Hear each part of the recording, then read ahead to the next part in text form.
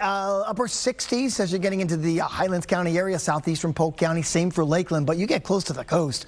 Look how mild it is, mid to upper 70s this morning. To throw that your way, we also have dew points in the 70s. So once that gets above 70, you're starting to feel summertime, but it's May. You know, we're sitting here May 8th, and this is exactly what we typically have to contend with. And notice how the humidity is not going to move much this Mother's Day weekend. Now, a very weak front's going to come through Monday-ish time.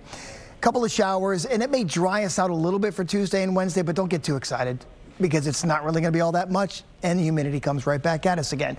That's what happens in May. In May, we just settle ourselves in for the summer, and then typically in June, we get the rains to start, and so everything's kind of on track so far.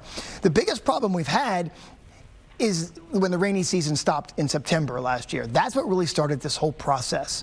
So more sun, more heat, a little bit cooler at the coast because of that west wind and the water temperature right around 80 degrees. We'll see beaches maybe mid-80s or so.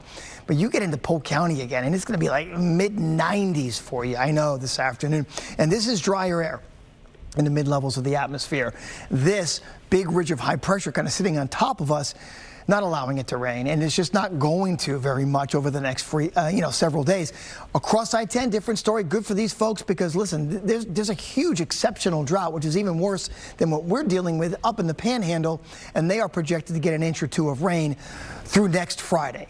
For us, we got a couple of spotty showers Sunday and Monday, and that's really about it. So we're going to have absolutely no drought relief for us in the next 7 to 10 days.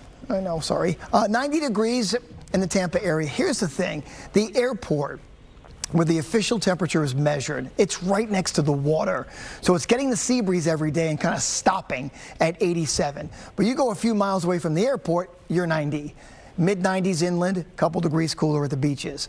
Patchy fog again tonight with a low of 75 degrees. And kind of the same thing tomorrow. Another hot one, cooler along the coast with that high temperature, close to 90. Light chop is expected all weekend long. It's going to be a fantastic day. You know what? Take mom out for some boating on Sunday. Why not? Let's pull that off, right? High temps near 90 for right through Mother's Day, then upper 80s for much of next week.